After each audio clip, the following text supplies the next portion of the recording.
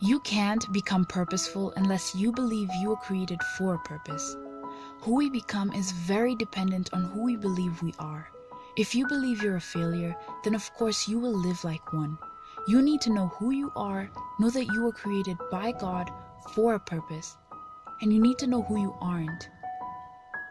Know that you are not a failure, and you're not what anybody says or thinks of you except God.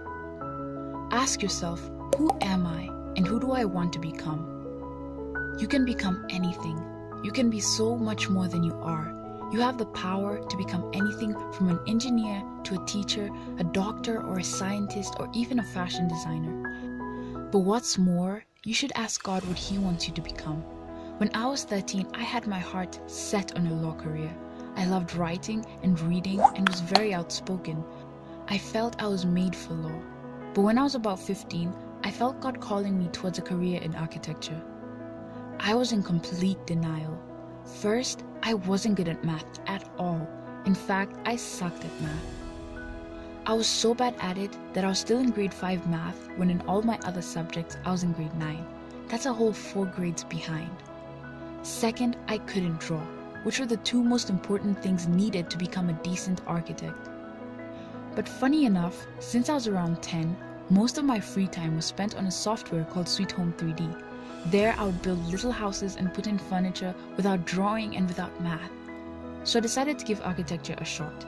I was 15 and I had plenty of time to change my mind if architecture didn't work out. The first thing I decided to do was improve my maths. And I did. I went from failing 6th grade math to getting A's and B's in 9th grade, all in the space of about 2 years. And now maths is my absolute favorite subject, and I actually found out that I could draw, and with some practice I got better and better, and I'm still improving to this day. Sometimes we have plans for ourselves, but God has different plans. Ask a parent or pastor to pray with you and ask God what He wants you to do with your life. And the answer won't always come immediately. I had a whole 2 years where I was convinced I was going to be a lawyer no matter what. So if you don't get your answer immediately, remember that discovering your purpose is a journey, it is not a destination. Even today, I am still discovering new things about my purpose. The best thing you can do now is doing what you have always loved doing. I loved making little houses, but I stopped because I thought it wasn't grown up enough. Ask yourself, what would you do if no one paid you to do? If nobody really notices, what would you do simply because you love doing it? And here's the thing, don't be concerned if it's not your life purpose. T.D. Jakes says that if it's not the thing, it's the thing that leads to the thing. Even though I started with becoming a lawyer and it wasn't my purpose, it was the path that led me to finding my purpose.